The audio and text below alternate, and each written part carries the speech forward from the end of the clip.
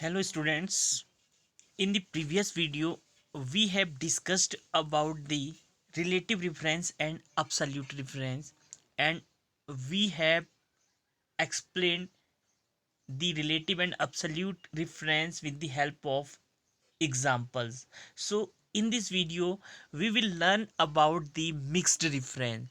So what is mixed reference? In the mixed reference, the change in the cell address is restricted either row or column only when copied. First, we revise the relative and absolute reference. What happen in the relative reference? Whenever we copy the formula from one cell to another cell, it's formula will be totally change. जब भी हम किसी formula को एक cell से दूसरे cell में करते थे तो उसका फॉर्मूला टोटली चेंज होता था. Clear? In absolute reference, whenever we copy the formula from one cell to another cell, its formula will never change.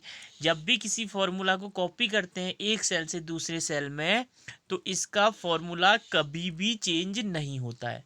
Clear? So now third one is mixed reference. In the mixed reference, whenever we copy the formula from one cell to another cell, some portion of the formula will be changed and some portion will be not changed. Clear?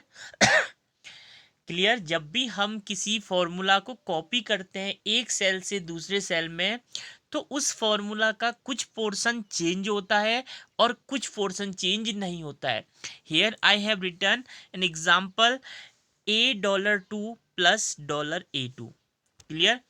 $2 plus $A2. This is the example of mixed reference. अभी देखना, आपने absolute reference में क्या किया था कि row number and column letter दोनों के आगे डॉलर साइन का यूज किया था.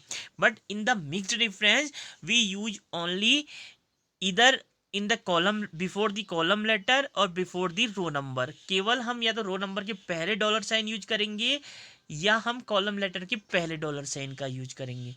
Clear? So such type of questions can also come in your examination कि identify this is which type of referencing is this. तो आपको पता होना चाहिए कि रिलेटिव रेफरेंस की प्रॉपर्टी क्या होती है, एब्सोल्यूट की प्रॉपर्टी क्या होती है एंड मिक्स्ड की प्रॉपर्टी क्या होती है. क्लियर? मिक्स्ड में हम या तो रो नंबर से पहले डॉलर साइन यूज करेंगे या कॉलम लेटर से पहले यूज करेंगे. केवल एक ही पार्ट में आपका डॉलर साइन यूज होगा. Clear? So let's see an example. एक एग्जांपल से हम समझते हैं इसको. Suppose this is the relative, this is the excel worksheet. Clear? This is A, this is B, this is C and D.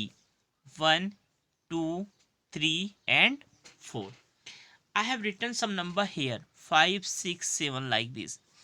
3 4 2 9 7 3 8 4 1 like this. Clear? If I have written here the formula equal to $1 plus $2.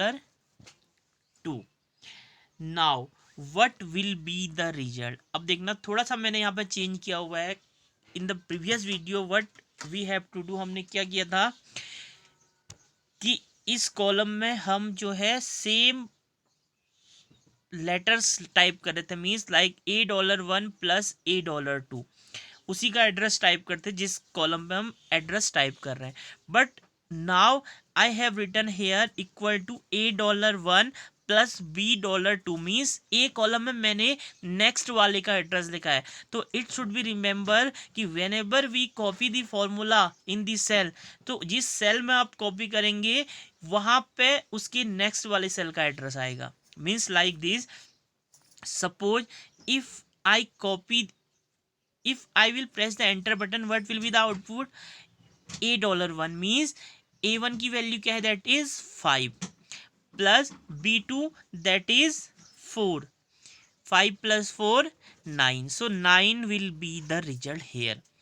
Whenever we copy this formula from here to here, जब भी मैं इस formula को यहाँ से copy करूँगा इस cell में, तो what will be the formula, क्या फॉर्मूला बनेगा आपका, equal to, now see here, equal to $8।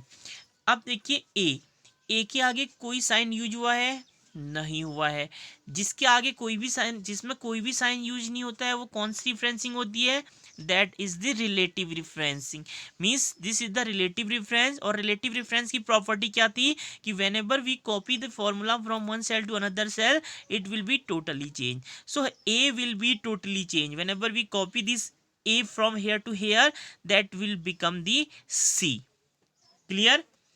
$1 dollar किसके आगे लगता है, अब्सोल्यूट रेफरेंस। और अब्सोल्यूट रेफरेंस की प्रॉपर्टी क्या होती है, वो कभी भी आपका चेंज नहीं होता है, उसको आप कहीं भी कॉपी कर लीजिए।